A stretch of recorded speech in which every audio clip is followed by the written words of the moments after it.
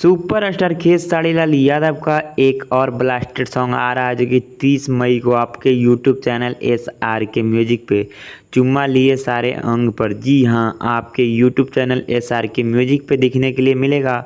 और इसमें हीरोइन के बारे में बात करें जो कि मॉडल जिसको कहते हैं वो दिखने वाली है रीता पांडे। और इस गाने को गाए खेसारी लाल यादव और इंदु सोनाली। बहुत ही ब्लास्टेड सॉन्ग होने वाला है।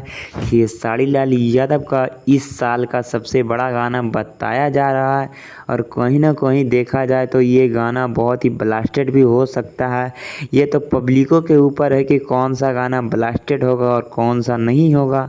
ये जानकारी आप लोग को कैसा लगा आप लोग कमेंट करके ज़रूर बताइएगा। और कहीं ना कहीं जो कि रीता पांडे और खेसारी लाल यादव दोनों का जोड़ी आप लोगों को कैसा लगेगा देखने के लिए कमेंट ज़रूर करें। और सुबह 6:30 बजे इस चैनल पे आएगा।